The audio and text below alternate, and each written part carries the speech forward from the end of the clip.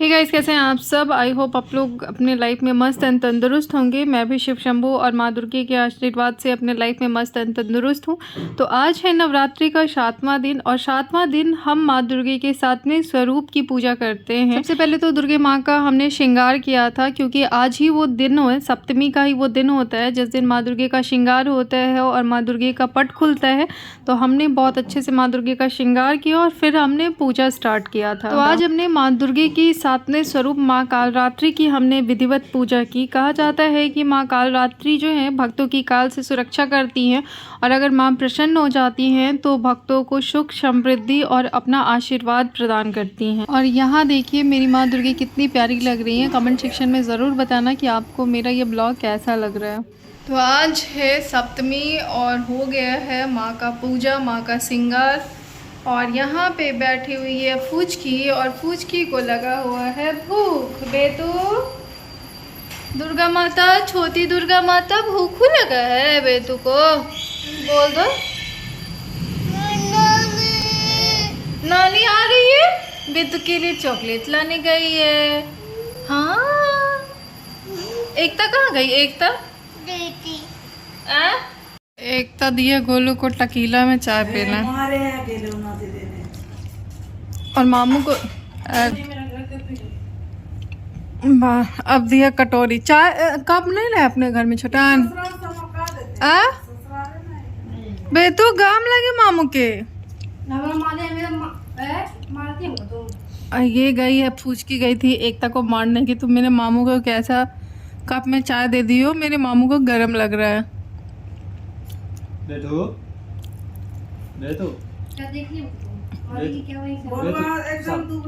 आंखों से कत्ल कर देगी तुम्हारा।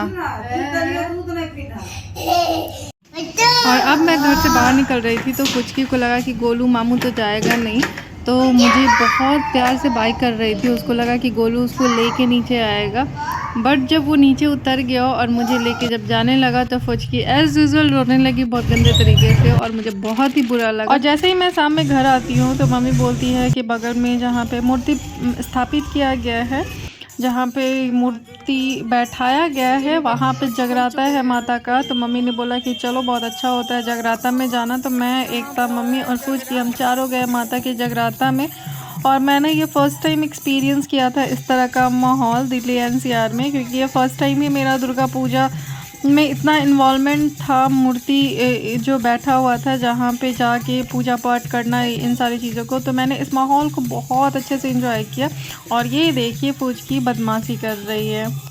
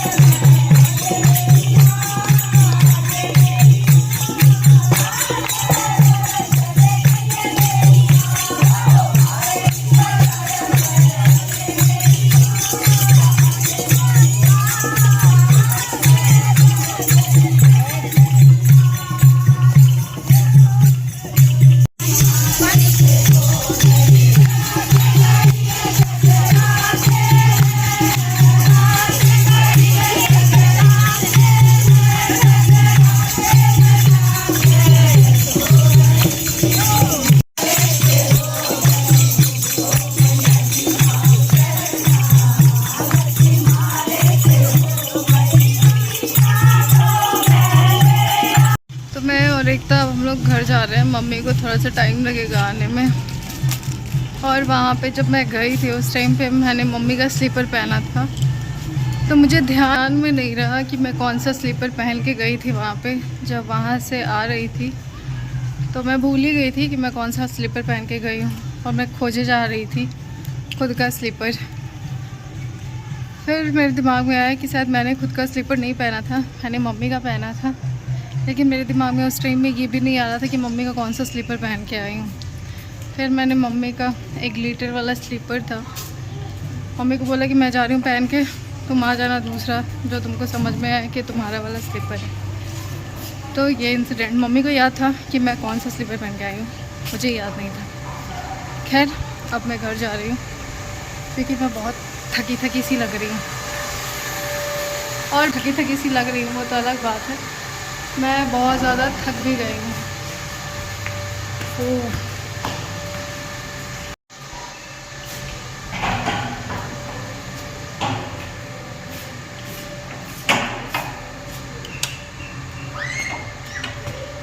उठ गई है जिसका इंतज़ार था उठने का। ये तो क्या बंद कर दी है? क्या खोदो बे, तू खोदो दरवाजा।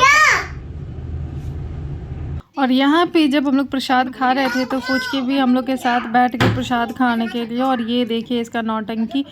तो आज इस ब्लॉग में इतना ही, कल हम फिर मिल सकते हैं किसी नए ब्लॉग के साथ। तो प्लीज़ मेरे चैनल को सब्सक्राइब कीजिए, मेरे वीडियोस को लाइक एंड शेयर कीजिए, और प्लीज़ प्लीज़ प्लीज़ मुझे सपोर्ट कीजिए। Bye bye.